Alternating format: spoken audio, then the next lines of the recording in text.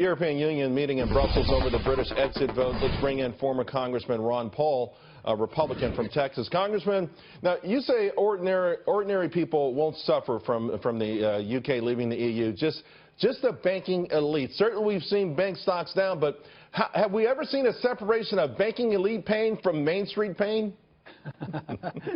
Yeah, but this is a big deal, and I think they are going to suffer. I think this is sort of a long-term assessment, because on the short run, it's going to be disruptive. But I think on the long term, those who benefited, the politicians, those people who get to manipulate the banking system, this is all being challenged.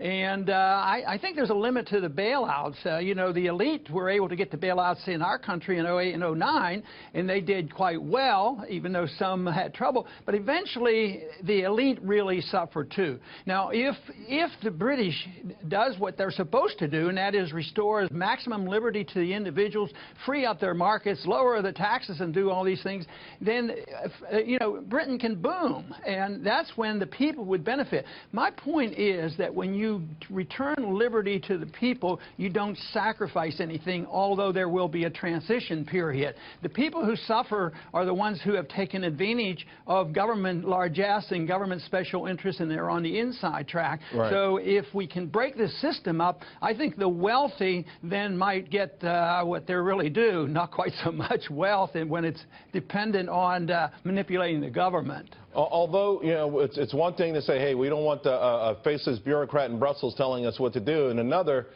to reject some of their own socialist tendencies, whether it's the national health system and other things. Apparently, Ashley Webster's saying that, George Osborne's saying that taxes are going to go up, spending is going to go down. I mean, is that the right first step with this newfound independence? Well, that's horrible, and that would contradict the goodness that could come from this for the common person. He's going to disrupt it. I would say, if they ask me, which I doubt if they will, why don't you look to Hong Kong or some model that way, or maybe some of the things that go on in Switzerland. You know, yeah, that's right. So I think there's a lot of opportunities. I would like to see somebody test liberty one time in the true sense of the word, with sound money and sound monetary policy and lower taxes, not raising taxes, then you would see boom. And right now we have this tremendous comparison to Venezuela. It's on your station all the time, and I think it's great.